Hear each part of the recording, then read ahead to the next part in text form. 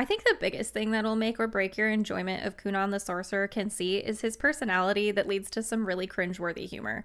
And he speaks with so much empty flattery that it takes up a large amount of the runtime. While he was at home and initially learning magic, I found his personality funny.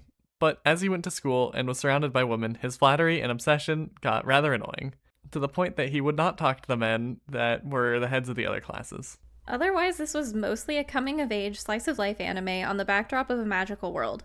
We followed Kunon through many years and milestones in his life, although without gaining much in the way of maturity.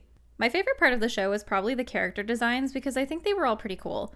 And some of the unexpected ways that they were able to use magic were neat, like making water animals. However, I'm a little confused about why he was limited to elementary magic for so long. It made a bit of sense when his instructor explained it when he was 7, but he brought those same 2 spells to the academy years later, and he didn't seem particularly interested in learning more, although the amount of variety he was able to get out of one single water chant was already pretty high. They did so much with him discovering the world, and that changing how he viewed the world with discovering magic, that was really cool, and then he finally made his own eyes and got the ability to see, which came with being able to see more than the normal person, which was cool, and it felt like it could have added some depth, but they didn't end up utilizing his sight at all, as he met new people.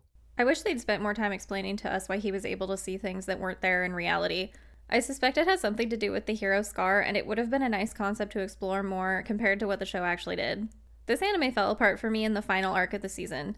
I was tolerant of Kunon's character up until episode 9 when he turned his annoying factor up like crazy at the Magic Academy.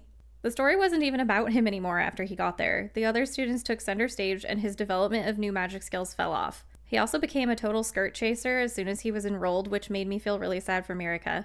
The magic school really did feel like it was wasting potential. I thought it was going to be where he would learn more about his magic or add depth to his sight, but instead, it turned into him just helping the other kids in the advanced class make money. The majority of the show was an average 5 out of 10, but the last few episodes were a bad 4 out of 10. If I had known how this was going to end, I would have dropped it, but by the time I saw the writing on the wall in episode 10, it was just too late.